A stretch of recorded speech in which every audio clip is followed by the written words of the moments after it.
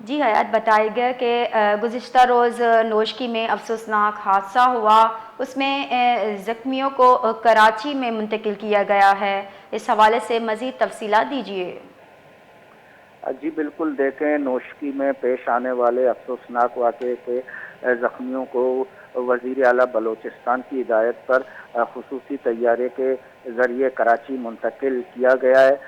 C-130 طیارے کے ذریعے 24 شدید زخمیوں کو لایا گیا، جنہیں لیاقت نیشنل اور پٹیل اسپتال کے وارڈ میں منتقل کیا گیا ہے، جبکہ additional deputy commissioner Ali Raza کھوسا پٹیل اسپتال کے مریضوں کے ہمراہ موجود ہیں۔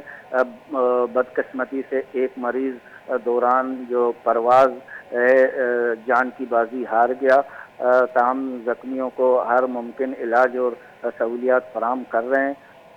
جی بہت بہت ہیلو شکریہ۔